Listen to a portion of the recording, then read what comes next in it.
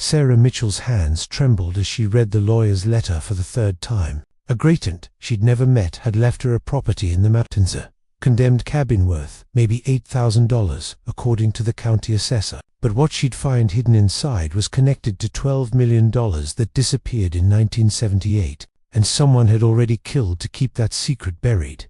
Before we dive into the story, make sure to smash subscribe because tomorrow we have an extra special story for you that will blow your mind. Sarah worked the breakfast shift at Mountain View Diner and the evening shift stocking shelves at sea. Between both jobs, she barely cleared $1,800 a month. Her 7-year-old daughter Emma needed new shoes. The soles on her current pair were so worn that water soaked through when it rained. They lived in a one-bedroom apartment where the heater only worked on the coldest days, and Sarah had learned to time their showers for when the water pressure was strongest. Last week, she'd cried in the grocery store parking lot, calculating whether she could afford both milk and the antibiotics Emma needed for her ear infection. She'd chosen the antibiotics, then walked 3 blocks to a food pantry to ask for basics she'd never imagined needing.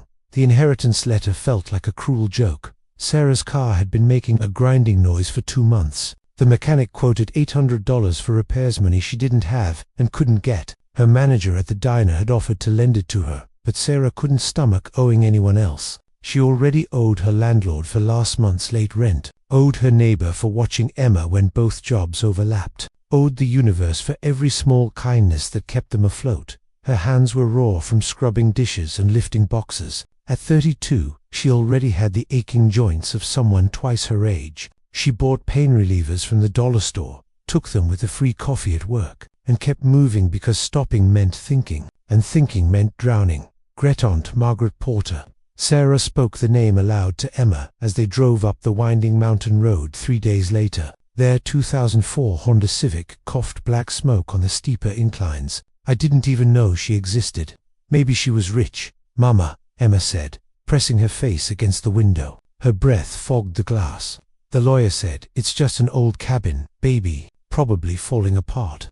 Emma had worn her best outfit for the trip, a dress from Goodwill that was slightly too small, paired with her school shoes that pinched her toes. She'd wanted to look nice for their inheritance, as if dressing up could transform a condemned shack into a mansion. Sarah's heart ached, watching her daughter's hopeful face. The address led them down a rutted dirt road that hadn't seen maintenance in decades. Branches scraped the car's sides like skeletal fingers. When they finally reached the clearing, Sarah's heart sank. The cabin looked like something from a nightmare. Grey wood siding hung loose, curling away from the frame like peeling skin. The roof sagged in the middle, covered with moss so thick it looked like green carpet. 3 of the front windows were shattered, covered with yellowed plastic sheeting that flapped in the wind. A handmade condemned sign from the county hung crooked on the front door. The porch steps had rotted through in places, leaving gaps that showed the dark earth below. "It smells funny," Emma whispered, holding Sarah's hand tight.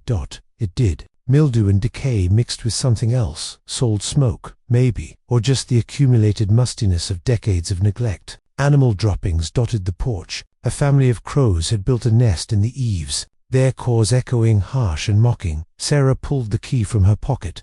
An old brass thing the lawyer had given her hand fitted into the rusty padlock someone had placed over the condemned notice. The lock resisted, then gave way with a grinding screech. Inside was worse. Water damage had turned the ceiling into an abstract pattern of brown stains. The floorboards creaked ominously under their feet, some of them soft with rot. Furniture sat covered in sheets so thick with dust they looked like grey ghosts. Dead leaves had blown in through the broken windows, piling in corners alongside what looked like evidence of raccoons or possums taking shelter. The smell was overwhelming, decay and animal musk, and something sour that made Sarah's stomach turn. A rusted iron bed frame stood in one corner, its mattress long ago reduced to springs and stuffing. A small kitchen table had collapsed on itself, 3 legs rotted through. Cabinet doors hung askew, revealing shelves where mice had nested in what remained of old food containers. "We should go," Sarah said, fighting back tears. This was it, her inheritance. A rotting shack she couldn't sell for enough to cover 1 month's rent. Maybe she could salvage some of the wood, sell it for scrap. Maybe the land itself had some value, though the lawyer had mentioned something about environmental concerns and unstable soil. but Emma had wandered toward the stone fireplace that dominated the far wall. "Mama, look." The fireplace was the only thing in the cabin that looked maintained. Someone had cleaned it recently. No dust, no cobwebs. The stones were fitted together with precise craftsmanship. River rock, in shades of grey and rust red, forming an intricate pattern. Each stone had been chosen deliberately, creating a mosaic that suggested purpose beyond mere function. Sarah ran her hand along the mantle. Solid oak, hand-carved, with a repeating pattern of leaves and vines. The craftsmanship was extraordinary. Each leaf had individual veins, each vine twisted with organic irregularity. This wasn't the work of an amateur. Someone had spent hundreds of hours creating this piece. Her fingers caught on something, a slight depression in the wood, hidden in the carved design. It felt deliberate, like a button or trigger mechanism. She pressed it. A grinding sound echoed through the cabin, loud enough that Emma gasped and grabbed her mother's arm. Part of the fireplace's side wall, 3 stones wide, swung inward like a door. The mechanism was so smooth, so well balanced, that it moved despite what must have been decades without use. "Mama." Emma's voice was small, frightened. Sarah's pulse hammered in her throat. She pulled out her phone, turned on the flashlight, and aimed it into the darkness beyond. Stone steps led down, carved directly into bedrock. The walls of the passage were smooth, reinforced with timber supports that looked far newer than the cabin itself. "Stay close to me," Sarah whispered. The steps descended about 12 feet into what should have been solid earth. Instead, they opened into a hidden room about 15 feet square, carved directly into the mountain bedrock. The walls were lined with metal shelving, industrial grade, bolted into the stone, and on those shelves sat dozens of wooden crates, each about 2 feet square, stacked with military precision. The air down here was different, dry, temperature controlled. Sarah realized there was a dehumidifier running in the corner, plugged into an outlet connected to what looked like a solar panel system. Someone had been maintaining this space, keeping it climate controlled, protected. Sarah approached the nearest crate with shaking hands. No lock, just a simple latch. She opened it. Stacks of cash, bundled and wrapped in plastic. Old bills, worn but preserved. She picked up one bundle, hundreds, all dated from the 1970s. The serial numbers were sequential, the kind of cash that comes straight from a bank. The next crate held the same, and the next, and the next. She counted quickly 30 crates of cash. If each held the same amount as the first, she was looking at millions of dollars. "Mama, what is all this?" Sarah couldn't speak. Her hands moved on autopilot, opening another crate. Inside, wrapped in velvet cloth, were pieces of jewelry, rings, necklaces, bracelets, expensive looking, museum quality. She lifted a necklace, watched emeralds catch the light from her phone. The stones were enormous, the setting platinum. She'd seen jewelry like this in magazines, never in real life. Another crate held more jewelry, diamond, tiaras, ruby, sapphire rings the size of quarters, pearls in strands so long they pooled like water when she lifted them. The last crate she opened contained documents, files, photographs. She pulled one out, a black and white photo of a younger woman who looked eerily like Sarah herself, standing next to a man in a suit. The woman had Sarah's dark hair, her stubborn chin, her wide-set eyes. On the back, written in faded ink, "Margaret and Vincent, 1978. Underneath the photos were newspaper clippings, yellowed with age but preserved in plastic sleeves. Sarah's eyes caught the headlines. Mayfield Estate robbery, $12 million in cash and jewels stolen. Vincent Caruso, alleged mastermind, dies in police shootout. Missing Mayfield fortune never recovered. Security guard critically injured in heist. Mayfield family offers $500,000 reward for information." Sarah's hands went numb. She was standing in a room filled with stolen money and jewels from a 47-year-old heist. Her great-aunt, Great-Aunt Margaret, who'd left her this property, had been involved in one of the biggest robberies in state history. "We need to leave," Sarah said, her voice barely above a whisper. "Right now." She grabbed Emma's hand, practically dragging her up the stone steps. She pushed the fireplace mechanism back into place, heard it grind shut. Then she hustled Emma out of the cabin, back to the car, her heart racing so fast she thought she might vomit. Back in the car, with Emma buckled in and confused by her mother's sudden panic, Sarah's phone rang. Unknown number. She stared at it for 3 rings before answering. "Ms. Mitchell," a man's voice, smooth and professional. My name is Richard Thorne. I represent the Mayfield family. I understand you've recently inherited property from Margaret Porter. Sarah's blood went cold. How did you? The lawyer's office is required to file inheritance notifications with the county. Public record. I'll get straight to the point, Ms. Mitchell. The Mayfield family would like to purchase your inherited property. We're prepared to offer $250,000 cash, closing within 48 hours. All you need to do is sign the deed over to us. Simple transaction. Sarah's mind raced. The cabin was condemned, worth maybe $8,000, according to the county assessment. Why would anyone offer $250,000, unless they knew, unless they'd been watching, waiting for Margaret to die, waiting to see who would inherit her secrets?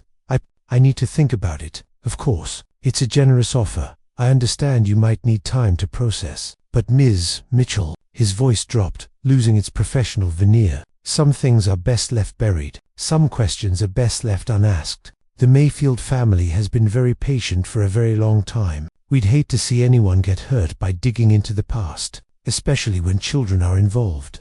The line went dead. Sarah sat frozen, gripping the steering wheel so hard her knuckles went white. Children. He'd mentioned children. He knew about Emma. She looked in the rearview mirror at her daughter, who was humming to herself and drawing pictures in the condensation on the window. 7 years old, innocent, unaware that her mother had just stumbled into something that had gotten at least one person killed. Sarah drove home on autopilot, her mind spinning. $250,000. That was life-changing money. New apartment. Reliable car. Emma's college fund. No more double shifts. No more crying in parking lots. No more choosing between milk and medicine. But that tone in Thorne's voice, that wasn't just a business negotiation. That was a threat. If you're enjoying the story, please like, share, and subscribe for more incredible tales about courage in the face of impossible choices. That night, after Emma fell asleep, Sarah sat at her laptop researching. The Mayfield robbery had been huge news in 1978. Victor Mayfield, an industrialist and real estate developer, had hosted a charity gala at his estate. During the event, thieves had breached the estate's vault, stealing $12 million in cash he'd been planning to donate to worker relief funds, plus the family's jewelry collection worth millions more. The robbery had been violent. A security guard named Thomas Chen had been beaten severely, sustaining injuries that left him partially paralyzed. He'd spent the rest of his life in a wheelchair. His career ended at age 30-5. Vincent Caruso, Margaret's companion in that photograph, had been fingered as the mastermind, but he'd died in a shootout with police 3 weeks after the robbery, before revealing where he'd hidden the money. The Mayfield family had never recovered their fortune, though insurance had covered most of the loss. Victor Mayfield himself had died 10 years ago, but his children, Richard, Patricia, and James Thorne, had inherited his business empire. They'd taken their mother's maiden name professionally, distancing themselves from their father's legacy while maintaining control of his wealth.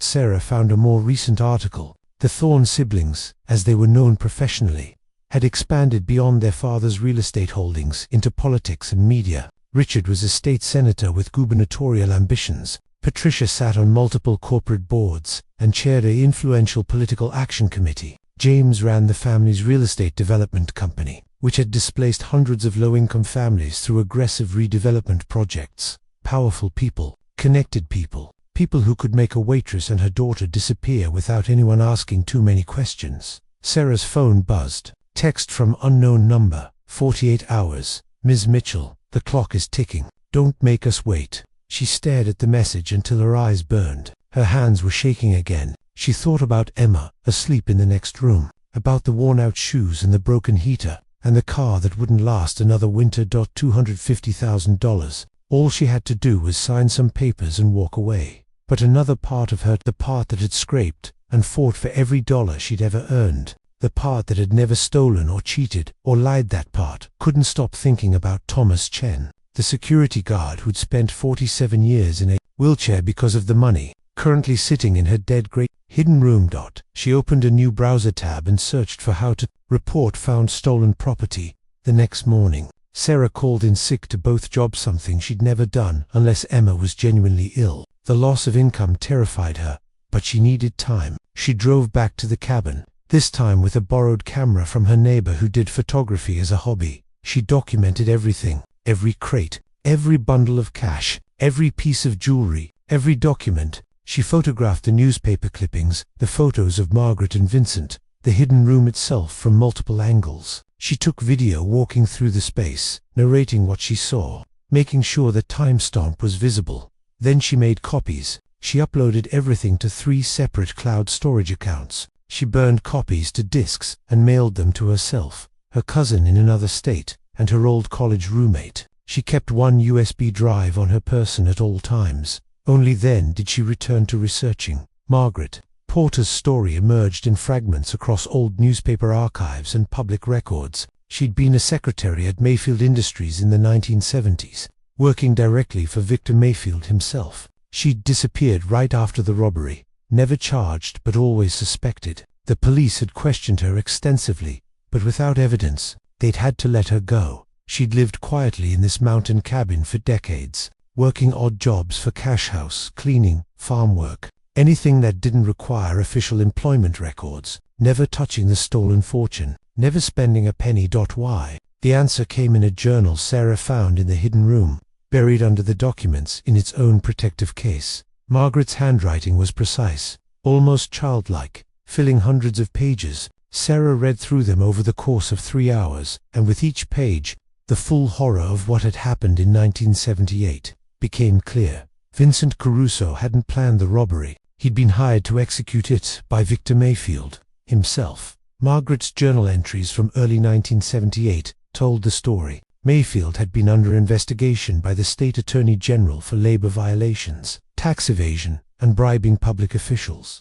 His assets were about to be frozen. He needed his cash liquid and hidden before the government could seize it. So he'd hired Caruso, an actual criminal with a record, to stage a robbery. Mayfield would claim the loss, collect the insurance money, and have his cash hidden somewhere safe. Caruso would take a cut and disappear. Everyone would win. But Caruso had fallen in love with Margaret, and in a moment of weakness, lying beside her in this very cabin that he'd purchased as their hideout, he'd told her the truth. Margaret had been horrified. She'd wanted to go to the police, but Caruso had convinced her they'd both be killed. Mayfield had too much power, too many connections. Instead, they'd decided to run with the money, leave the state, start over somewhere. Mayfield couldn't reach them. They'd never gotten the chance. Mayfield had sent people after Caruso. The police shootout had been an execution disguised as law enforcement. Caruso had died protecting Margaret, leading the killers away from the cabin, taking all the blame on himself so she might survive. Margaret's entries after Caruso's death were heartbreaking. Guilt, terror, grief. She'd considered suicide multiple times, but something had kept her alive, the knowledge that she had evidence. Photos of her meetings with Mayfield, where he'd given her documents to pass to Caruso, recordings she'd made on a hidden tape recorder, insurance against the day Mayfield might decide she knew too much, letters in Mayfield's own handwriting, outlining the plan. She'd kept it all, living in poverty rather than spending $1 of the blood money, waiting for what she hadn't known: justice, revenge, redemption. The final entry was dated 3 months before Margaret's death. I'm leaving everything to Sarah. I've watched her from afar, my sister's granddaughter. A good woman doing her best in a hard world. She'd know what to do. She's stronger than I was. She'd choose what's right, not what's easy. Vincent died protecting me, and I've lived my whole life protecting his memory. But Sarah can finish what we started. She can expose the truth. I pray she has the courage I never did. Sarah sat on the cabin's rotting porch, holding her great-aunt's journal, and cried. Margaret had carried this burden for 47 years. She'd died alone in this cabin, surrounded by millions of dollars she'd refused to touch, waiting for someone brave enough to finish her fight. Her phone rang again. Richard Thorne. Ms. Mitchell, have you considered our offer? Sarah's voice was steady when she answered. I need more time. Time is a luxury you don't have. His voice hardened. My family built this state. My father, despite his flaws, employed thousands of people. That money was meant for charity. Vincent Caruso was a thief and a thug who beat a security guard half to death. Whatever you think you found in that cabin, it belongs to the Mayfield family. Your father got his money back from insurance, Sarah said, her research fresh in her mind. $12 million from the robbery, plus the value of the jewelry. This isn't about recovering losses. This is about covering up something else. Silence on the line. Then, What did Margaret tell you? She died 3 months ago. She didn't tell me anything, but she left you something. Documentation, evidence. Richard's breathing quickened. Ms. Mitchell, you're playing a very dangerous game. Whatever Margaret claimed, she was a criminal who helped steal from my family. Her word means nothing. What about recordings, photographs, letters in your father's handwriting? The silence stretched so long Sarah thought he'd hung up. Then, you have a daughter, Emma, I believe, 7 years old, at Lincoln Elementary, Mrs. Rodriguez's class. She walks home with the Patterson girl on Tuesdays and Thursdays. Very sweet child. It would be tragic if anything happened to her. Sarah's vision blurred with rage and terror. Don't you dare. 250,000. Final offer. Tomorrow, noon, at the cabin. Bring everything Margaret left, or we'll be forced to explore other options. And Ms. Mitchell, if you've made copies, if you've told anyone, if you do anything other than show up tomorrow with everything, we'll know. We have resources you can't imagine. People in the police department, the courthouse, the school district. Nowhere is safe if we decide you're a threat. The line went dead. Sarah sat frozen, her hands shaking so hard she nearly dropped the phone. They knew where Emma went to school. They knew her teacher's name. They knew her walking schedule. They'd been watching her daughter, cataloging her routines, preparing. What happens next will reveal why someone killed to keep this secret, and why Sarah's great-aunt had lived in fear for nearly 50 years. Sarah made 3 calls. The first was to her cousin Deborah, in another state, asking if Emma could visit for a weekend early Christmas present, a chance to see the cousins she rarely got to visit. Deborah agreed immediately, confused by the urgency in Sarah's voice, but willing to help.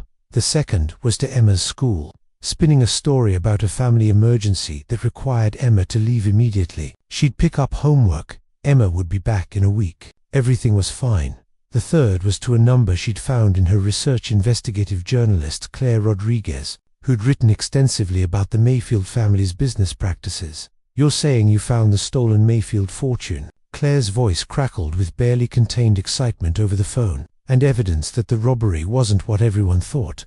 Sarah looked at Margaret's journal, at the additional documents she'd been reading. Margaret kept records. Vincent Caruso didn't plan the robbery, he was hired to do it, by Victor Mayfield himself. Insurance fraud.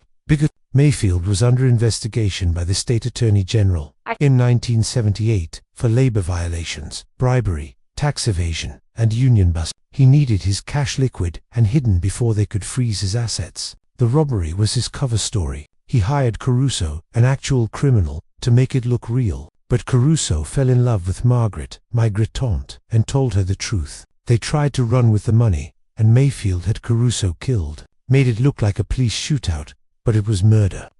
That's an incredible allegation. Can you prove it? Margaret documented everything. Photos of her meetings with Mayfield. She worked as his secretary, had access to his office. Recordings from a hidden tape recorder she carried. She recorded conversations between Mayfield and Caruso planning the robbery. Copies of payment agreements, letters in Mayfield's own handwriting outlining the scheme. She kept it all as insurance, in case the family ever came after her. Jesus.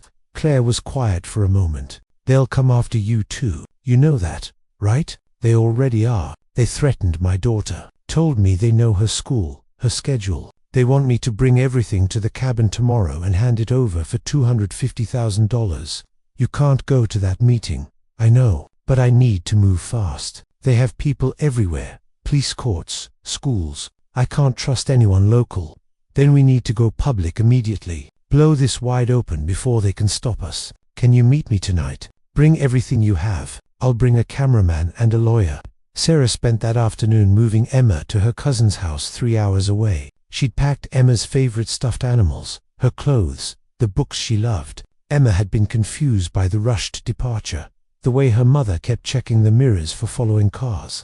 Are we in trouble, Mama? No, baby, but Mama needs to handle some grown-up stuff, and I need you to be safe while I do it. She hugged her daughter tight at Deborah's door, breathing in the scent of her strawberry shampoo, memorizing the way Emma's small arms wrapped around her neck.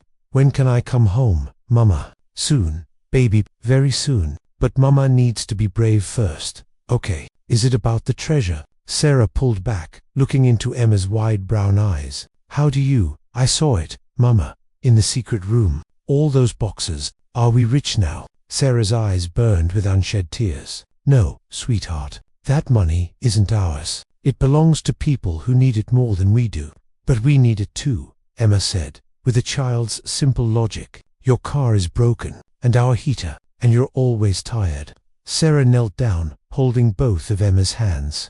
I know, but sometimes doing the right thing means giving up what we want for what's right. Your great-great-aunt, Margaret, understood that. She kept that money hidden for all those years because she knew it was wrong, even though she needed it too. Was she brave? She was very brave. She lived her whole life protecting a secret that could have gotten her killed. Then you have to be brave too, Mama, like in the stories. I will be, I promise. That night, Sarah met Claire Rodriguez at a coffee shop in the. Claire brought a cameraman and a lawyer specializing in whistleblower protection. I've spent 5 years investigating the Mayfield family, Claire said, spreading documents across the table. Richard Thorne has been accused of accepting bribes from developers. Nothing ever sticks. Patricia Thorne's corporations have environmental violations swept under the rug. James Thorne's real estate company displaces low-income families using questionable legal tactics, then redevelops properties for luxury housing. But they're untouchable. Too much money, too many connections, too many favors owed.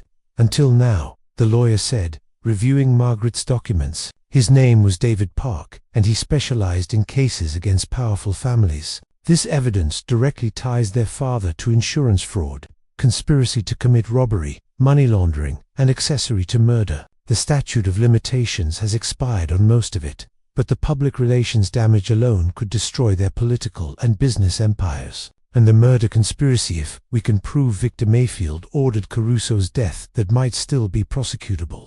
And the money? Sarah asked. Legally complex. The insurance company paid the claim in 1978, so they have first rights to recovery, but there will be years of litigation. In the meantime, we can ensure it's placed in a trust, potentially used for the causes Victor Mayfield claimed to support before stealing from them workers' rights. Injured, workers' compensation, union support. Claire leaned forward. Sarah, if we do this, your life will never be the same. The Thornes will come after you with everything they have. Lawsuits, smear campaigns. They'll try to paint you as a thief, a liar, a woman trying to extort money from a respected family. They might succeed. Your name will be dragged through the mud. You might end up with nothing. I already have nothing, Sarah said quietly, but my daughter has her integrity, and she grew up knowing her mother chose what was right over what was easy. David nodded approvingly. Then we move fast. Tomorrow morning we file documentation with the State Attorney General and the FBI. We turn over the physical evidence immediately, and we go public with everything before the Thornes can react. How fast can we make this public? I have contacts at 3 major networks. If the evidence is as good as you say, we can have this on air by tomorrow evening. The broadcast went live at 6 p.m. the next evening. Claire's investigative report, titled The Mayfield Conspiracy, a 47-year cover-up revealed, aired on 3 networks simultaneously and streamed live on multiple news websites. Sarah's face was blurred. Her voice altered, but Margaret's documents were clear and damning. Old recordings played on air. Victor Mayfield's distinctive voice discussing the planned robbery with Vincent Caruso. You take the fall initially, but the heat dies down in a few months. You'll have $2 million for your trouble, and you disappear. Simple Caruso's response. What about the security guard? Mayfield's cold reply. Necessary casualties. Make it look real. Photographs showed Mayfield meeting with Caruso in secluded locations. Margaret visible in some frames as she documented their conspiracy. Financial documents traced payments from Mayfield to Caruso. Margaret's journal, read by an actor, told the human story behind the conspiracy, the love affair, the betrayal, the murder disguised as justice. The lawyer's statement accompanied the broadcast. All recovered money and jewelry would be turned over to authorities. Sarah Mitchell was cooperating fully with investigators. She was requesting whistleblower protection and making no claim. She wanted only truth and justice for the people harmed by the Mayfield conspiracy. Sarah watched from a hotel room 2 hours away from her hometown. The door double-locked. Her phone turned off except for calls from Emma and her lawyer. She'd mailed a letter to Richard Thorne that morning, time-stamped and sent from a post office in another county. Mr. Thorne, by the time you read this, everything your family has hidden for 47 years will be public knowledge. I have made copies of all evidence and distributed them to multiple parties. Federal investigators have the originals. If anything happens to me or my daughter, those parties have instructions to release additional documentation, including evidence of your family's current criminal activities that Margaret also documented. I want nothing from you. I'm returning everything to its rightful owners. But understand this, my Great-Aunt lived in fear of your family for nearly 50 years. She died alone in a rotting cabin, unable to enjoy a single dollar of that money because she knew it was wrong. I will not live that way. Neither will my daughter. The truth is out. Your move. Sarah Mitchell. The fallout was immediate and catastrophic for the Thorne family. Richard Thorne resigned from the state senate within 48 hours, citing unfounded allegations but refusing to fight them publicly. Federal investigators opened inquiries into the family's business practices, examining whether the Mayfield fortune had been used to build their current empire. Patricia Thorne's corporate board positions evaporated as companies scrambled to distance themselves from the scandal. James Thorne's real estate empire faced multiple lawsuits from displaced families, emboldened by the revelation of the family's corrupt foundation. Public opinion turned vicious. The family that had presented themselves as pillars of the community, philanthropists and public servants, were exposed as descendants of a criminal conspiracy. The irony wasn't lost on anyone. Victor Mayfield had claimed thieves stole money meant for charity, when in reality, he'd stolen it himself. The recovered fortune, after legal proceedings that took 8 months, was divided according to court order. Insurance companies reclaimed their payout plus interest, nearly $18 million, with accumulated interest. The remainder established the Victor Mayfield Restitution Fund, ironically using Victor's name to support causes he'd actually harmed: worker protection, injured workers' aid, union legal defense, housing assistance for families displaced by predatory real estate practices. The security guard, injured in the original robbery, Thomas Chen, now 73 and living in a nursing home, received a settlement of $2 million that secured proper care for his remaining years and compensated for 47 years of suffering. You believe some secrets are worth exposing, no matter the personal cost. Make sure to like and subscribe for more stories of everyday people who found the courage to do the right thing.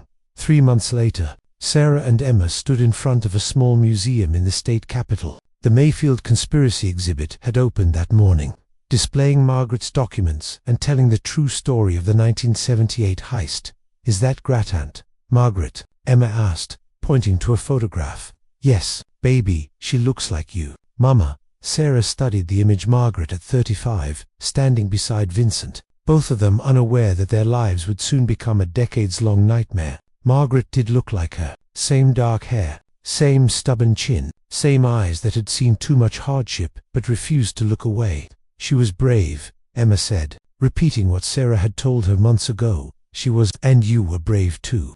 Sarah knelt down, holding her daughter's small hands. You know what the bravest part was? It wasn't finding the hidden room or standing up to bad people. It was choosing to give it all back. We could have kept quiet, taken the money and run. We'd have had everything we needed, but it wasn't ours. No, it wasn't. And the people it belonged to, the workers who never got their charity money, the families the Mayfields hurt, Mr. Chen, who spent his life in a wheelchair, they deserved justice more than we deserved comfort.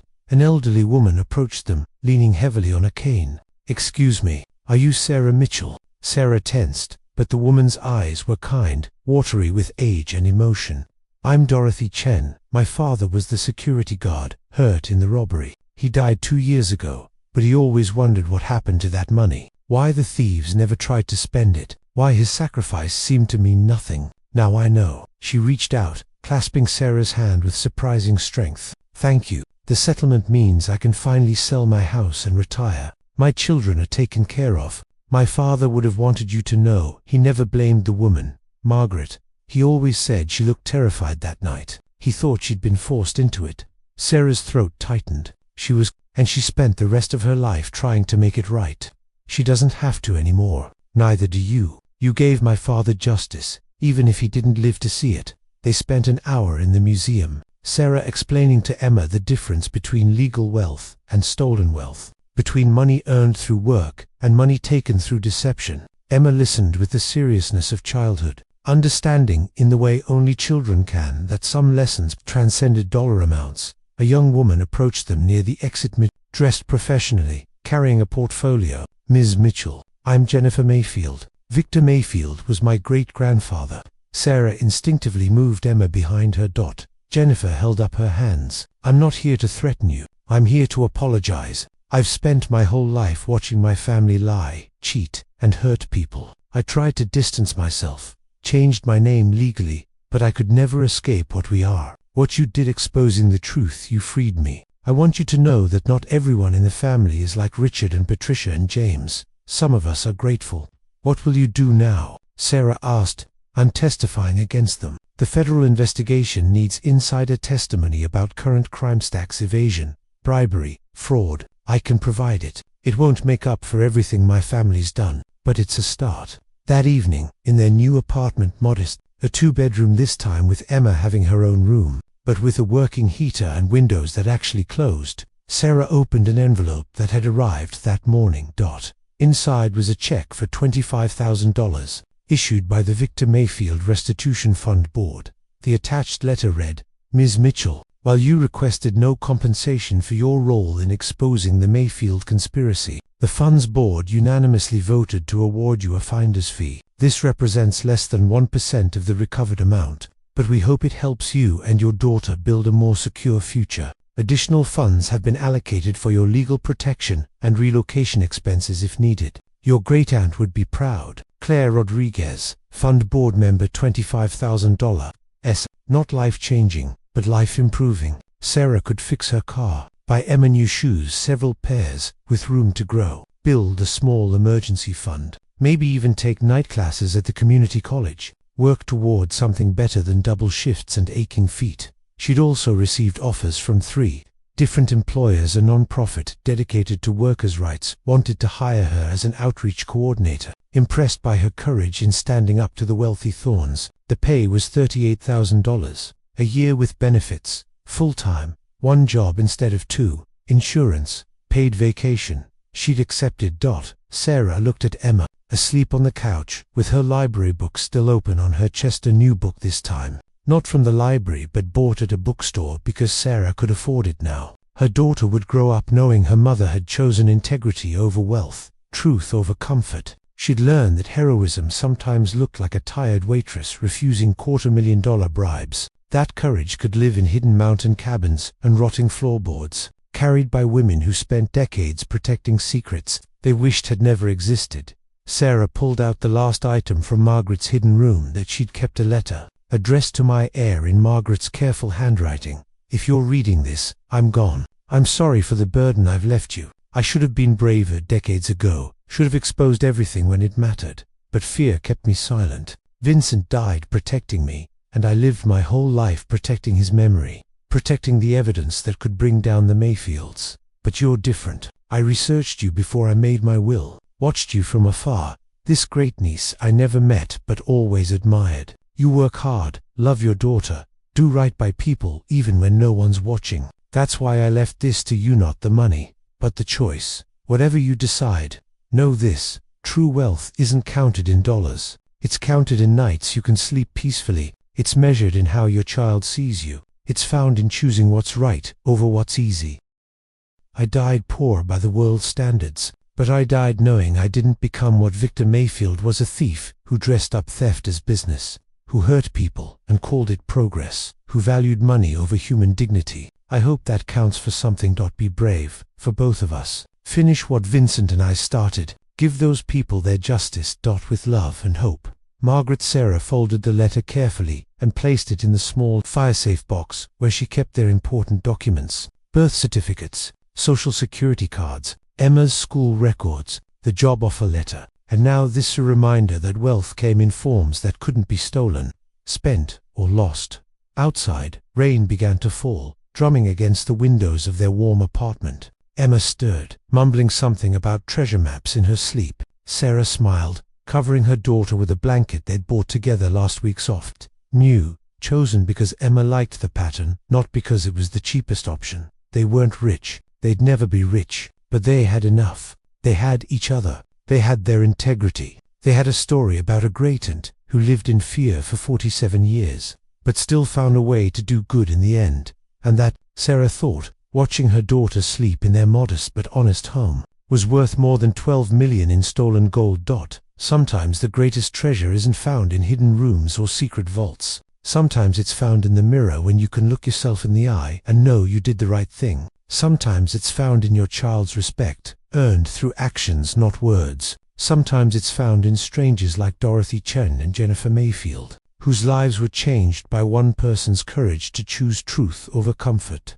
Sarah had worked 2 jobs for years, scraped and struggled, cried in parking lots over choices no one should have to make. She'd had a chance to end all of that with a single signature, a simple betrayal of conscience for $250,000. She'd chosen differently, and in doing so, she'd discovered that the real inheritance Margaret left wasn't money, it was the knowledge that even ordinary people, even terrified secretaries and exhausted waitresses, could stand up to power and win. Not through wealth or connections or privilege, but through simple, stubborn courage, through the willingness to do what was right, even when everything in the world made it easier to do what was wrong. Up next, 2 more powerful stories are waiting for you. Click to discover more incredible tales, and don't forget to hit subscribe if you believe some secrets are worth exposing.